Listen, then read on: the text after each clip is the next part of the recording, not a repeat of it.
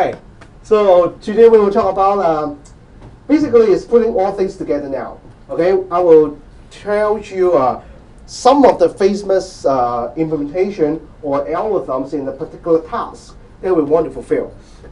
Basically, we will use arrays, we will use functions, we will set up some code that is very common, and tell you what are the algorithms. And also, we will start. This is the first time throughout this 8 weeks already. Okay, throughout the 8 weeks, this is the first time that we will analyze whether this algorithm is a good one or not.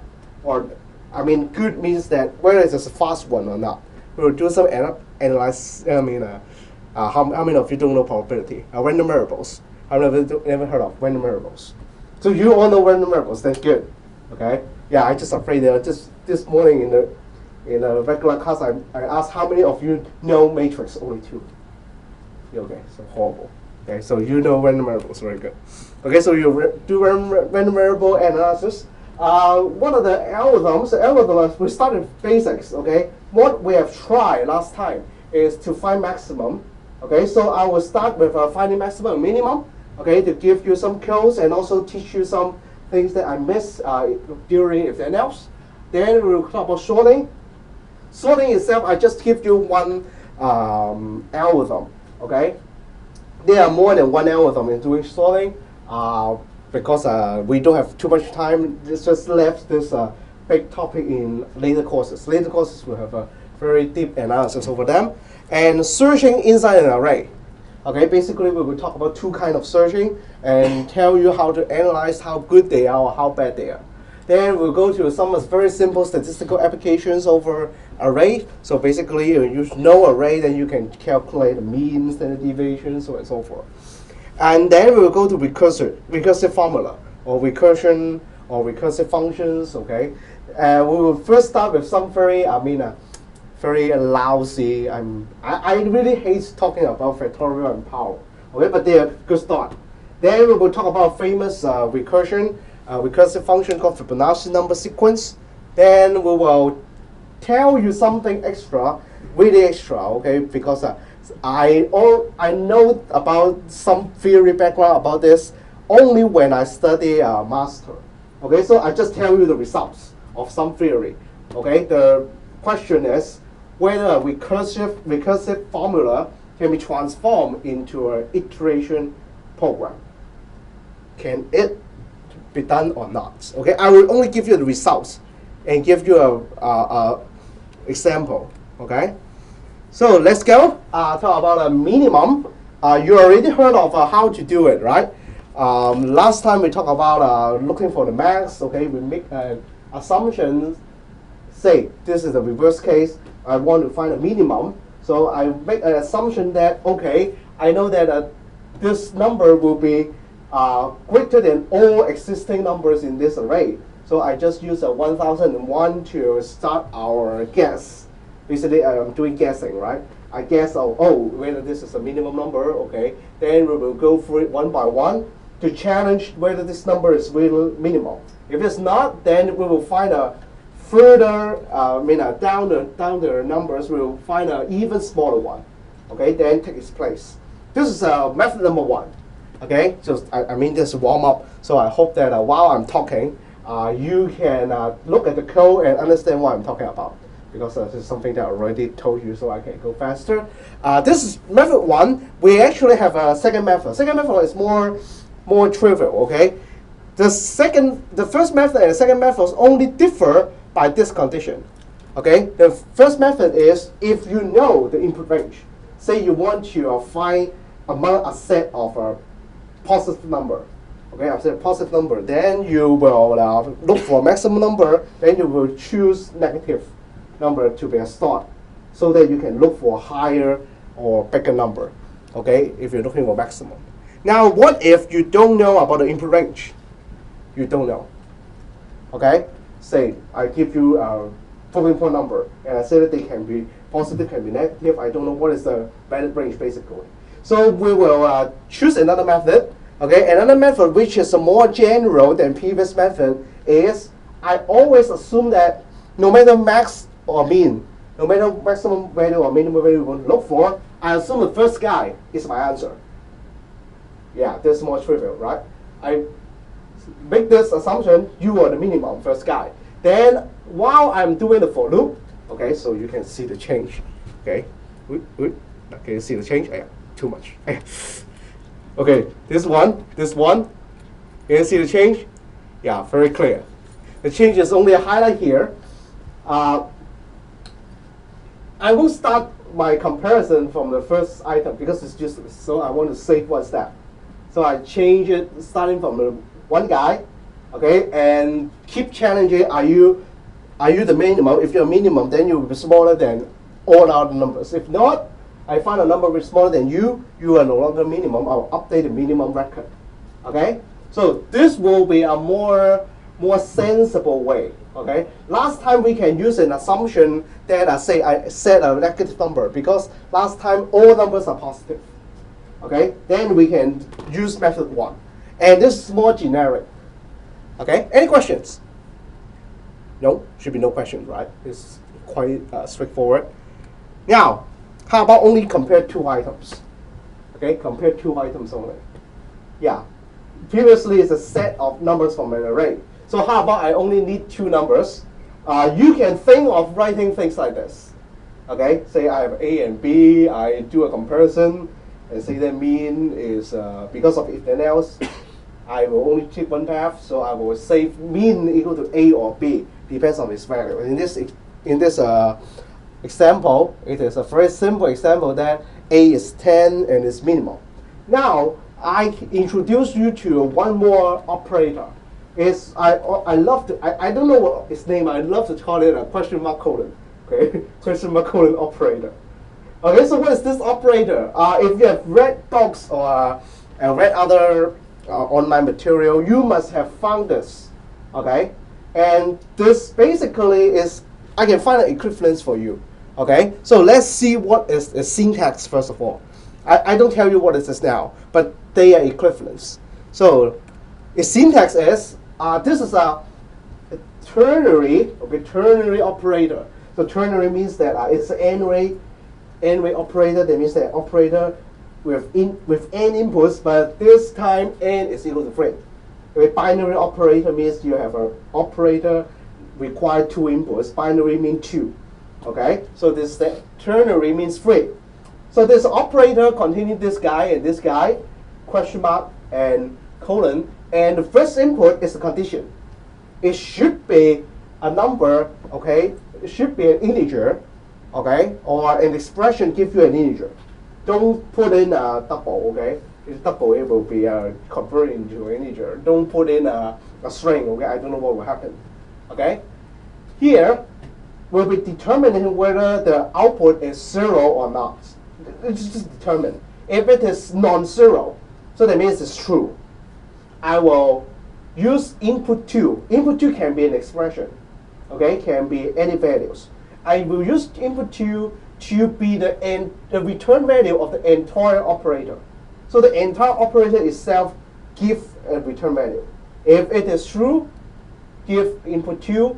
If it is false, that means 0. Give input 3. And it can be any type. Okay? You can put in a string, no problem. You can put in a character, no problem. One is integer, one is double, still okay. Okay? Because it's just produce values out. But the first input must be generating either 0 or non-zero. Okay? So back in the previous slides, if you understand what I mean, here is just a comparisons to check whether A is smaller than B. If this gives you true, that means 1 or non-zero, then I will take A as the whole operator's return value. So we'll put A into mean, and vice versa. Put B into mean if A is bigger one. Okay? So this is something that you may find in some books or some online resource. So I found that I missed this guy. So I also talk about this. Okay? And the equivalence is like this. A function call. Right? A function call gives you a value. Say, find a minimum between these two double. Okay? Then I have A and B. If A is smaller, then I return A. If not, so that means that either A is equal to B or B is smaller than A. so I will return B. And if I write this line, it's actually the same as, I mean the results, okay, functional wise, not meaning that they're code equivalents. No, they're not equivalent in terms of coding, but functional results, they give you the same thing. Okay? Any question? Anything you want me to try? No questions? Good. Okay, so looking for the maximum is just, you already know it, right? Just flip this. Just flip this bigger than or smaller than. Okay? Don't look down on this operator. Okay, just when is that? Oh, last Friday. Okay? I have another elite class of OS elite class. Okay, we talk about we look into the OS internal. Okay, the OS internal means the source code for operating system. We still find this kind of this looking for maximum, looking for minimum. Okay, it's basically all around. Okay, so I should be no problem because you have already tried this, right? Just a warm up. Now it is something not a warm up. We know how to do it, finding minimum and maximum in an array. Now, how about doing the sorting over an array? Okay, so let me check whether I have I don't have coins. How can I? I forgot to bring my poker deck here. Anyone who have some coins? Okay, I will promise I will return you. Okay, I give you $5 deposit here. Okay. Yeah, we have $5. Who have some coins? Yeah, different coins. I mean, I want different values. Okay, yeah, this too is good. Okay. Yeah, remember what is your contribution? Okay, this one is good. This one's good. Okay. One more. Yeah, thank you. The whole collection. I'll give you one more. I remember I take you $4. Okay. Good. Okay, so what is sorting, huh? Okay, so I'll put it here. Okay. So sorting means that I want to order a set of numbers. Okay. We have either one of the goal. Okay. The goal is either ascending sorting. So ascending means that for all I bigger than 0, okay, I want an array be arranged in this way. Array I minus 1. So that means if it is I start from 1, so that means array 0 items should be smaller than or equal to array item 1. And then 1 smaller than 2, 2 smaller than 3, so on and so forth. And if it's descending order, is another way. So how to do it? Okay, so that's why I asked for some coins. I forgot to bring my pocket deck. Okay, visual projector. Wow, what's that?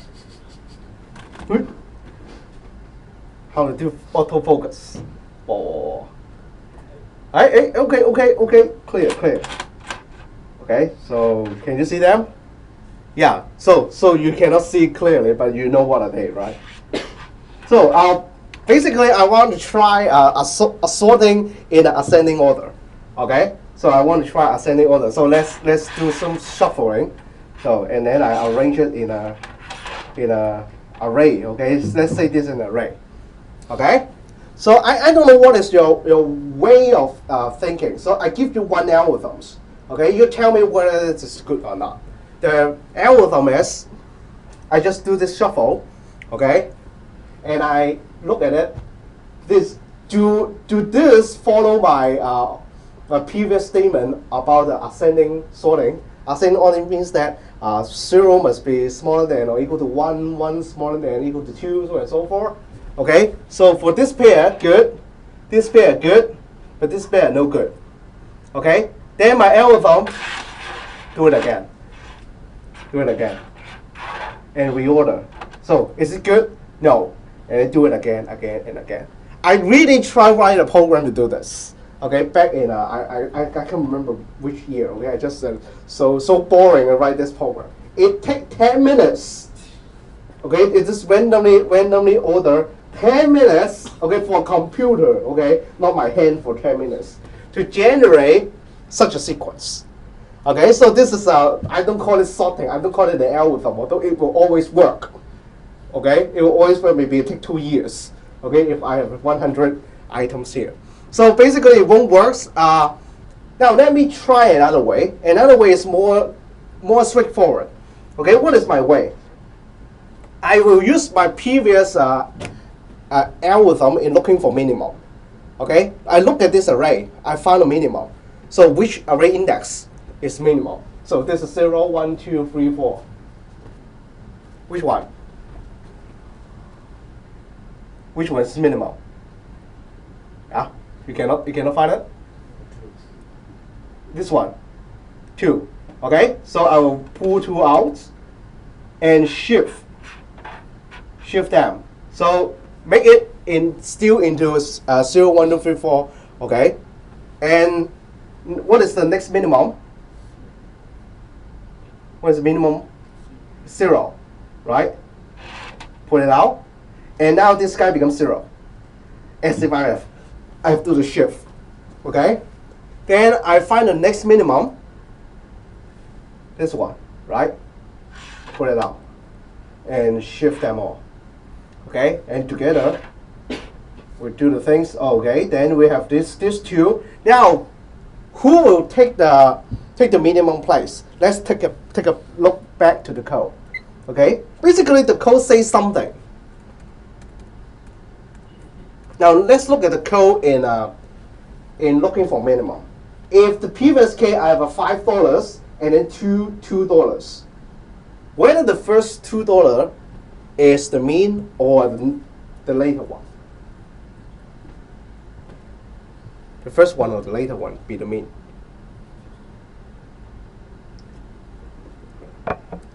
First or later.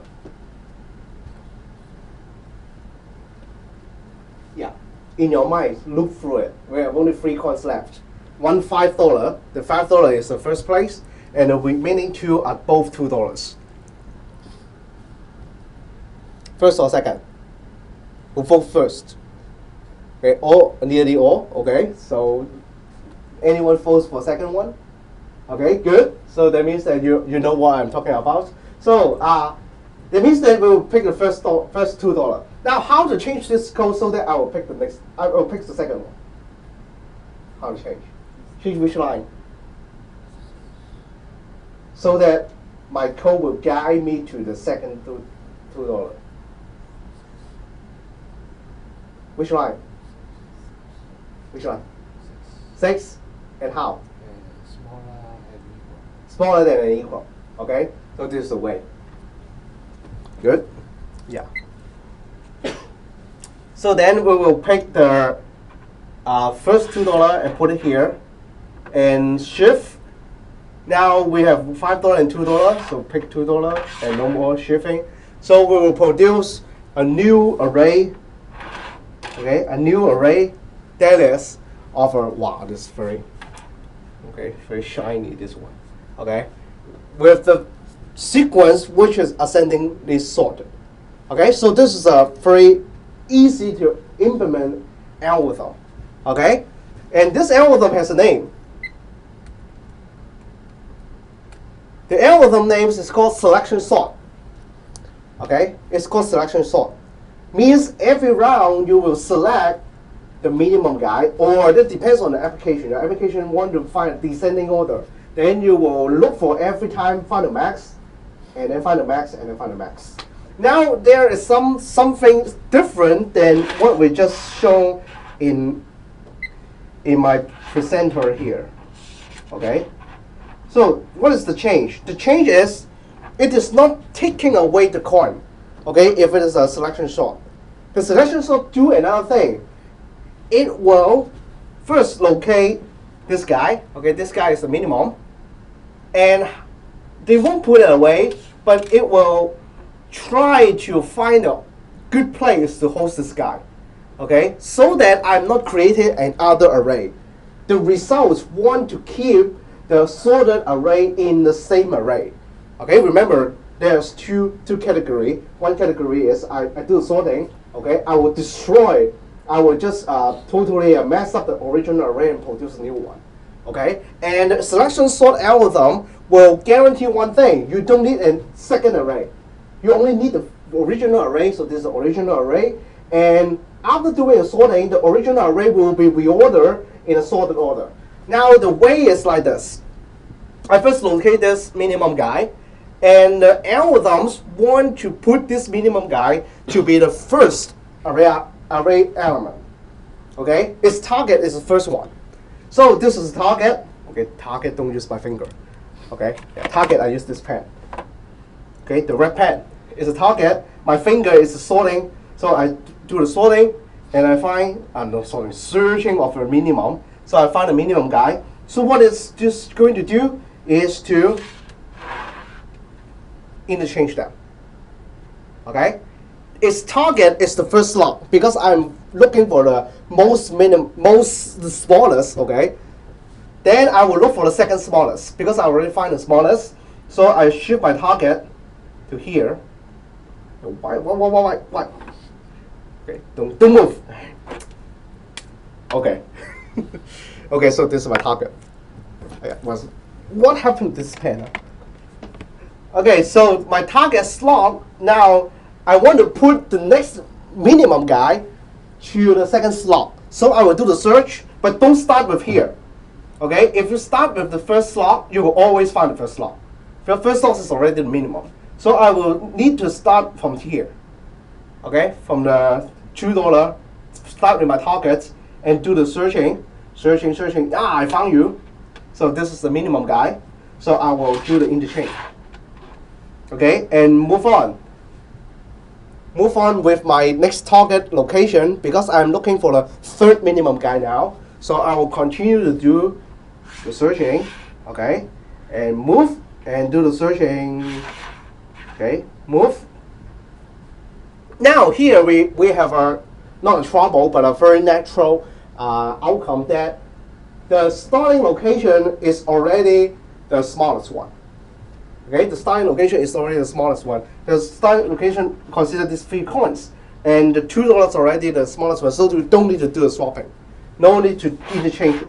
Okay, because you are already the smallest. So we go on. Now $5 and $2 interchange, and go to the $5. You are the only one. So finished. Okay, so this is the idea of the algorithm. Is it easy to understand? Yeah, very easy to understand, right? So how to implement it is another story. Okay, so if you don't like the coin examples, okay, you can look at these numbers. Okay, so the numbers itself here have 2 colors. If it is green, that means that it is already selected, just like what I've done before. I have already selected. Now I will fix, say, the number 1 here, because I will find number 1 to be the smallest and try to interchange with the first position. Okay, then I don't need to consider 1 anymore during the searching for the minimum number. So I will start from a second number 5 and then find 2, so on and so forth. And it's also matched with what I just illustrated. There is a case that no need to do swapping. Swapping means that interchange values. Okay, we don't need to do swapping in this moment. And at the end, okay, we have to scan for the last, and then so happen we need to swap like what we've done before. Okay? Any questions? Should be no, right? Very interesting, very easy to understand. Now how to write the code. Okay. Before we write the code, I don't know how many of you know about swapping, so I will try to explain something about swapping. Okay. In just what I've done, okay, my swapping is using 2 fingers and do the swapping. Okay, but in computer program, don't write codes like this. This is not swapping. Okay, this means you overwrite the value of B and with the value of A. Okay, let's say like this, the first arrows. Okay, you are copying A to B, but B is already gone. B is already gone. So you need someone to assist you in order to successfully do the swapping, or you will just make 2 variables having the same value, right? Should be no problem. It's failed. This is a totally wrong implementation. So the correct implementation of doing swapping, not just like using two fingers and interchanges, we need a special guy to help me. I love to call it temp, okay? Because after the swapping, it's no use anymore. So I will just call it temp for temporary, right? Temporary variable. That's temporary variable. I just name it to be temp, okay? It doesn't mean that after you use it, it will destroy immediately, okay? So it was still there. So I will have three variables. A and B will be the starting value of a 10 and 20, and the target is I want them to be interchanged so that A carry 20, B carry 10. Now the algorithm, there's the simple procedure is I use this guy to back up. Okay, whether you want to back up B or A, it doesn't matter. Okay, I love to back up B because it's easier for me to draw. Okay, so I back up B. How to memorize the step? Very easy. Once you set up a backup for the value B, so that means that you have two copies of B.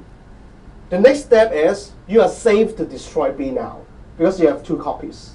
You back up B and immediately destroy B. So you overwrite B with A. So the original value of B is gone, but still you have a backup variable storing the old value of B. So the last step will be using B to overwrite A. In terms of code, will be something like this. You back up B first, okay? And then overwrite B immediately.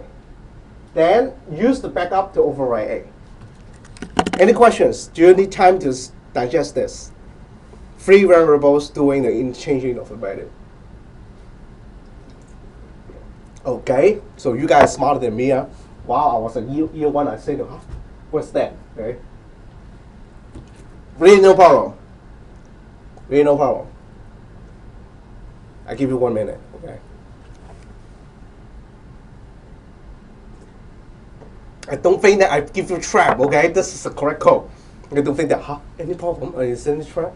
Okay. Yeah, if there are any trap, I will tell you, okay?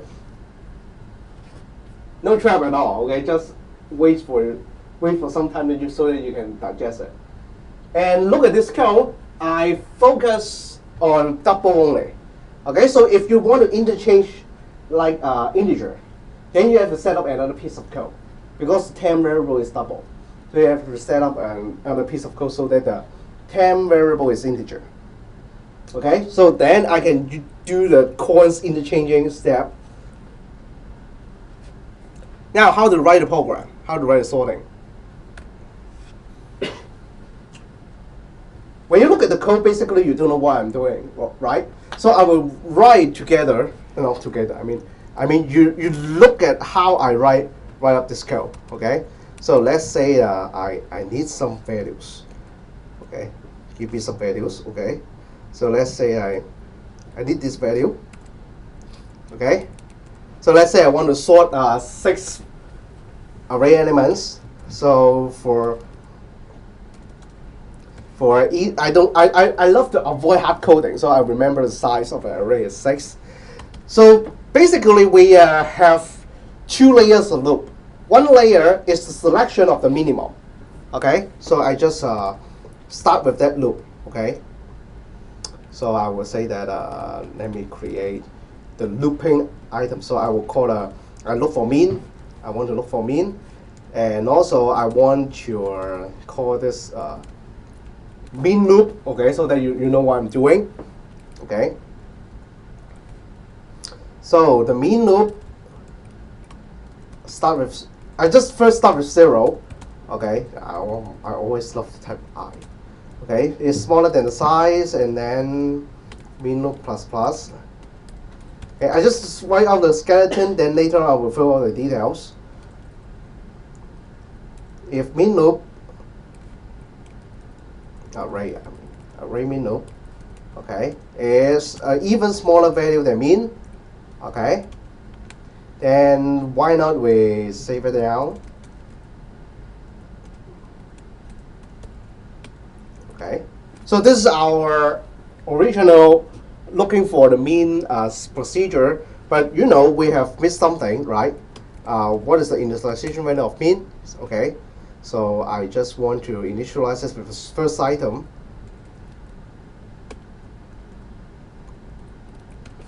Okay. So add more curly braces. Okay. So this is our fundamental element. Okay. Then we will try to loop through this step again, and again. Okay. So I have to find at least for 6 times, maybe 6 times of and this time I use I. I need to loop for 6 times. Size, oops, I smaller than size. Yeah, if I type something wrong, tell me. Okay. Okay. So I need to look for 6 times, but in every time, I need to start a different position when looking for the minimum, right? Do you remember? I do shuffling now. Okay. So when I look for the minimum, okay, for the first time, I will start at this position. Okay, start at this position and do the search. Okay. Then after I interchange it, I will start the starting position from the next position, right? Right. So basically, this code doesn't reflect what I just said. Okay, because the loop always, the mean loop, okay, the loop looking for the mean always start from 0, which is not what I want. I want you for the first search start with 0, second search start with 1, and so on and so forth. So the easiest way to change this is very simple. The mean loop, start with I. Am I right? Yes, this code with me. Am I right? Is it okay? So then in this way I can cope with the number of search. The first search I start with 0, the second search I start with 1, and always look for the minimum guy. Okay? But another things come. What is the things come? Basically, I don't want the minimum value. The minimum value doesn't make sense, right? I want the position of the minimum value instead of the minimum value itself. So I have to do some updates. Basically, the mean, integer mean, should not store the value, but should store the position. Okay? I don't want a value, right? I want a value. Why I need the value? If I only have a value, how can I interchange? Right? I cannot do the interchange. So I want the value. Here is the value. So how about I want a position? Very simple. The comparison. And here,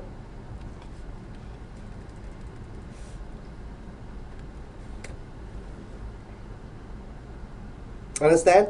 That's why I do it step by step, or you don't know what I'm doing. Can you follow me? If not, I do undo, okay? Undo. Okay? This is it enough? Okay, I don't know if undo is enough. So again, this is what we have from the previous algorithm for looking for minimum. And we just adjust the loop so that the first loop starts with the first element, second loop starts with the second element, so on and so forth. Now, I just said that I don't want to save the value. Instead of saving the value, I want the position. Okay? Because next step, I want to interchange the two positions.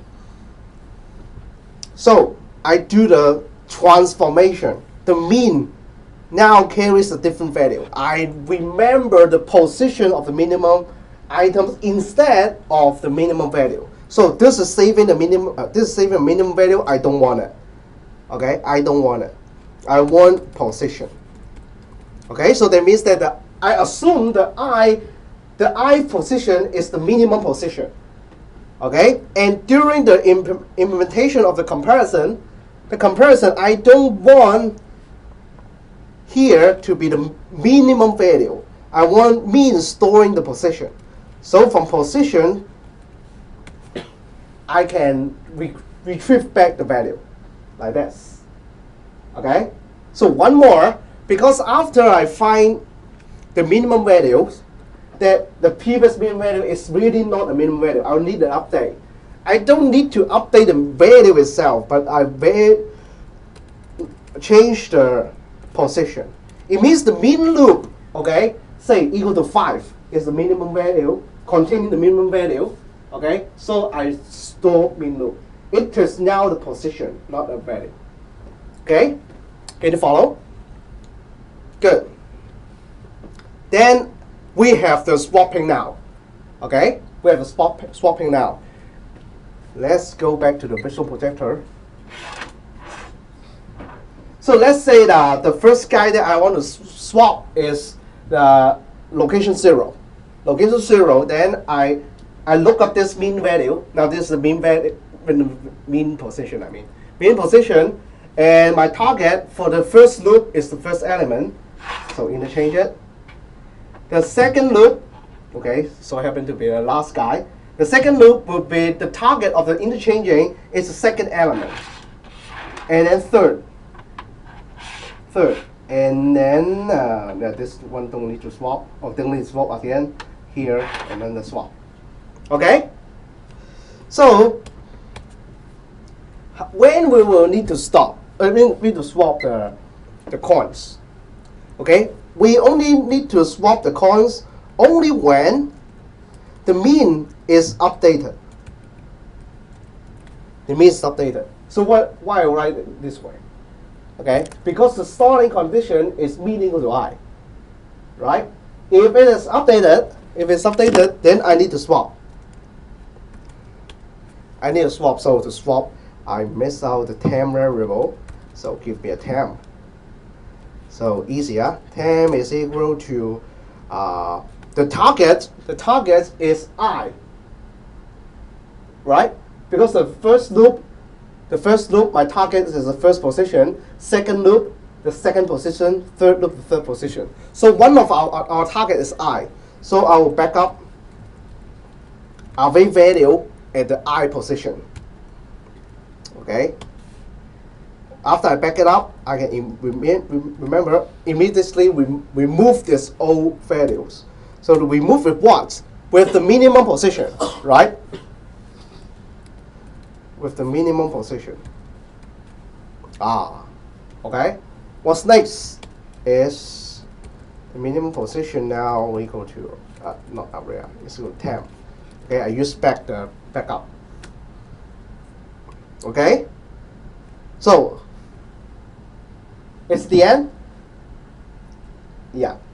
You don't need to guess, right? Just print the results out and check. Okay. So let's have another loop to print the results. Okay, print %d array I. Okay. So the first printing will be the unordered array. Okay, not sorted. Now after sorting, I print again. Okay, so make it fewer. Okay, the first few lines here, print the original layout, then print the sorted layout. Good. So make sort, and it's not test. See, I don't have any bugs. Yeah, no problem. Yeah, hope that several years later you can just like me, while talking and typing, no bugs at all. Okay, and the result is correct. Okay. Yeah, sometimes I do your exercise, also regular exercise. I don't even compile. I write it and submit. Yeah, correct. Okay. So hope that you can later, a few years later, you can have this level. So this is a complete program to do the sorting. Any question you want to ask? Yeah, that's just the C program. Any questions?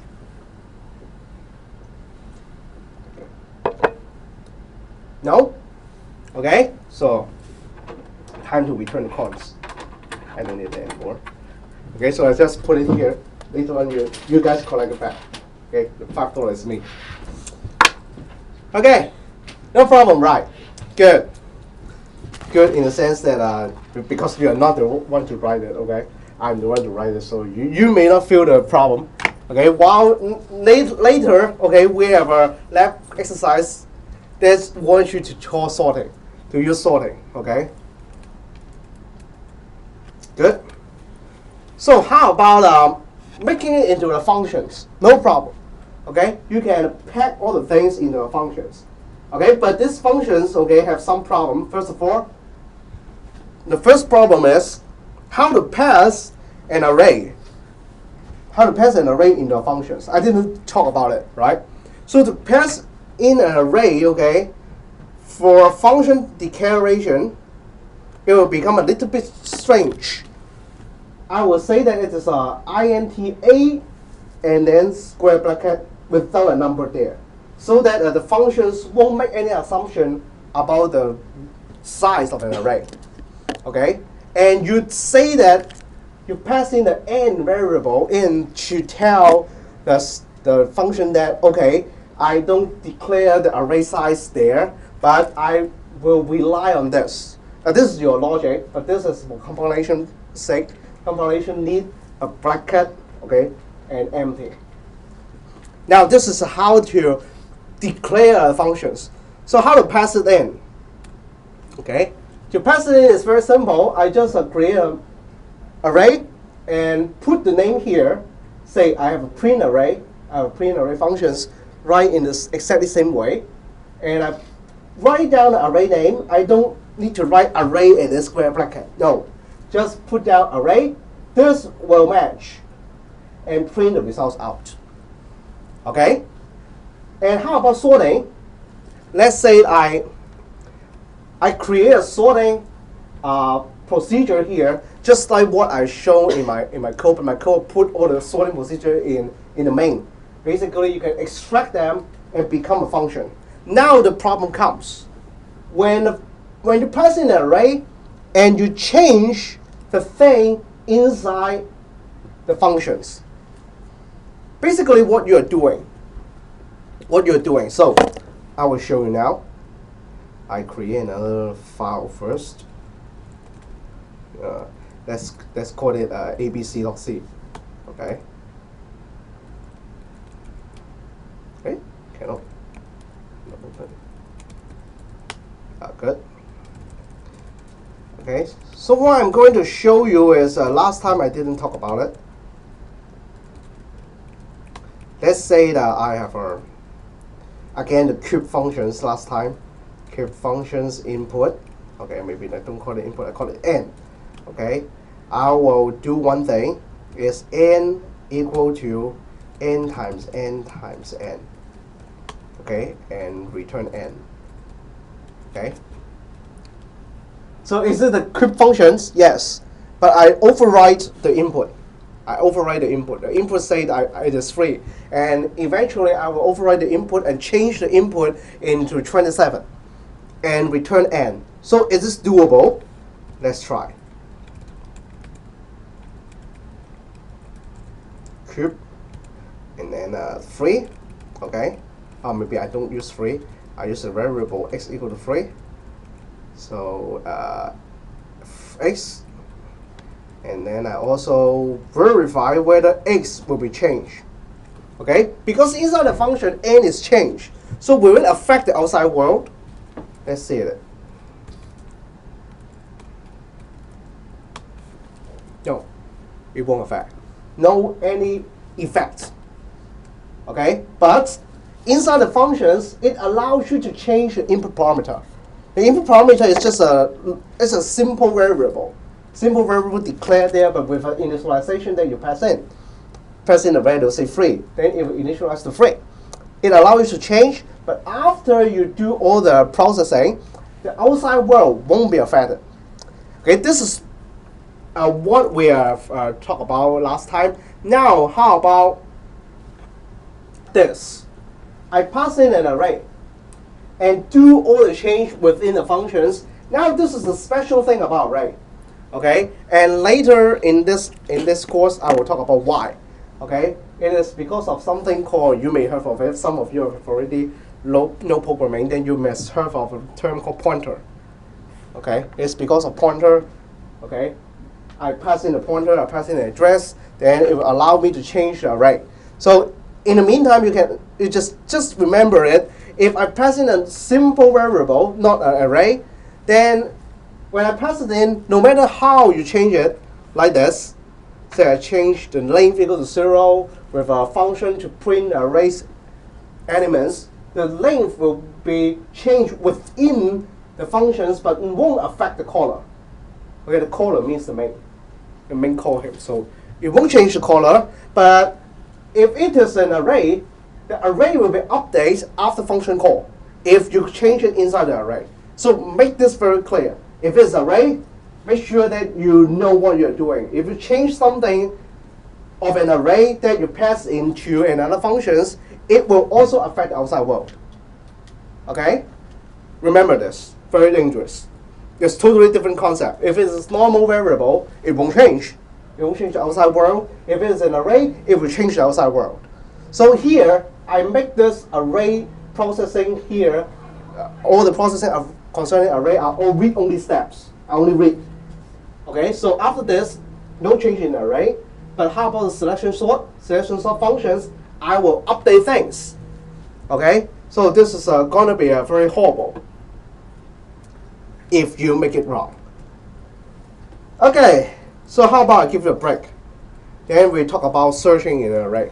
So we have some analysis later. Okay, so give you a 5 minutes break.